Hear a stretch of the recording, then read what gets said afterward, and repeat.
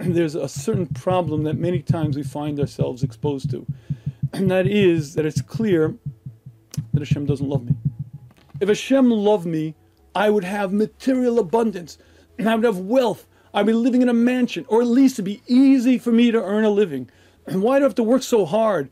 Why do I have to eke out, and what can I afford? And this one has more, and that one has more. It's clear that Hashem doesn't love me. And you see, as long as you misunderstand why you were created, and as long as you misunderstand why you're here, that question has no answer.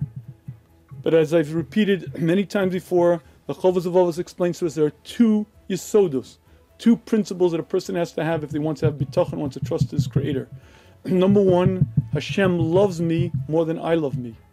As much as I want my betterment, as much as I want what's best for me, Hashem wants it even more than I want it. As much as I love me, Hashem loves me even more. That is the first principle for bitachon, and that one's not so hard. The second principle of bitachon is that Hashem knows better than I what's for my best.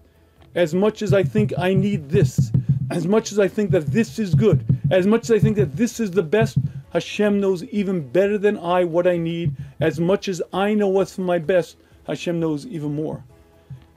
And this becomes a huge challenge, because look at life. There's so many people making more money. So many people have it so much easier.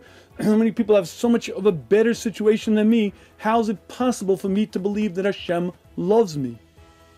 And that's when you have to step out of the mind of the child and move into the mind of the adult. You see, to the child, what I want is good, and not having it is bad. If what I want is good and you love me, you would give it to me. If what I want is good and you don't give it to me, it means you don't love me. And the parent understands that it's because I love you that I'm not going to give you everything that you want. Number one, not everything that you want is good for you. Number two, even if it is good for you, too much of a good thing isn't good for you.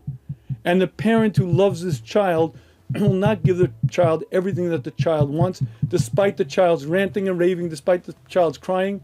Because the parent loves the child, that's why the parent holds back.